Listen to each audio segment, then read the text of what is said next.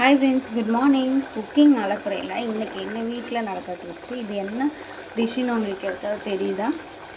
கத்திரிக்காயும் தக்காளியும் போட்ட கடைகள். எனக்கு இந்த கடையிறது தெரியாது. ஸோ குக்கரில் 2 விசில் விட்டு இறக்குனோடனே இந்த லிக்விட் மாதிரி இருக்கிறது கொஞ்சம் ட்ரை ஆனோடனே அப்படியே ஆஃப் பண்ணிடுவேன். அடுத்த ட்விஸ்ட்டு இதுதான்.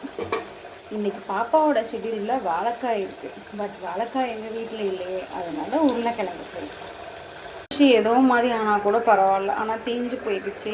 வாழைக்காய்க்கு பதிலாக உருளைக்கிழங்கு கொடுக்கலான்னு நினச்சேன். உருளைக்கிழங்கு இப்படி தீச்சிட்டு டிஃப்ரென்ஸ் தெரியாமல் கொடுப்பேன்னு நான் எஸ்டிமேட்டே பண்ணலை.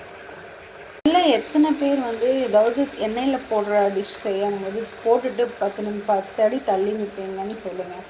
எனக்கு இன்னுமே இருக்குது. மேரேஜ் லைஃப் 8 வருஷம் ஆச்சு. ஆனாலும் குக்கர் விசில் வரும்போது தள்ளி நிற்கிறது, எண்ணெயில் போட்டோன்னே தள்ளி நிற்கிறது, இதெல்லாம் இன்னுமே பழகுவேன்.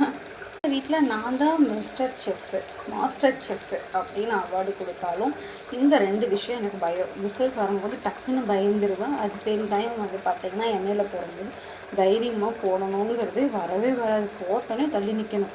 அது மாதிரி போடணும்னு சொல்லி ட்ரை பண்ணது தான் இந்த மார்க்கு.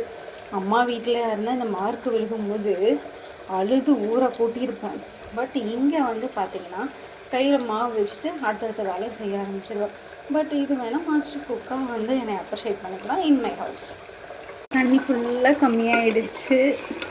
நல்லா கெட்டி பதம் வந்துடுச்சு. இப்போ ஆஃப் பண்ணோம்னா செம்ம டேஸ்ட்டாக இருக்கும். அடுத்தது புளியோதரைக்காக பேஸ்ட் பண்ணி வச்சுருக்கேன். ஒயிட் ரைஸ் போட்டு கலக்கணும். ஒயிட் ரைஸ் புளியோதரை காலையில் டிஃபனுக்கு அவருக்கு ஹஸ்பண்ட் புளியோதரையும் இந்த தீஞ்சு போனது அவருக்கு. பாப்பாவுக்கு பெட்டராக போட்டிருக்கேன். ஏன்னா ஸ்கூலில் பாப்பா ஃபஸ்ட்டு டே கொண்டு போகிறாங்க, திட்டு வாங்கக்கூடாது இல்லையா?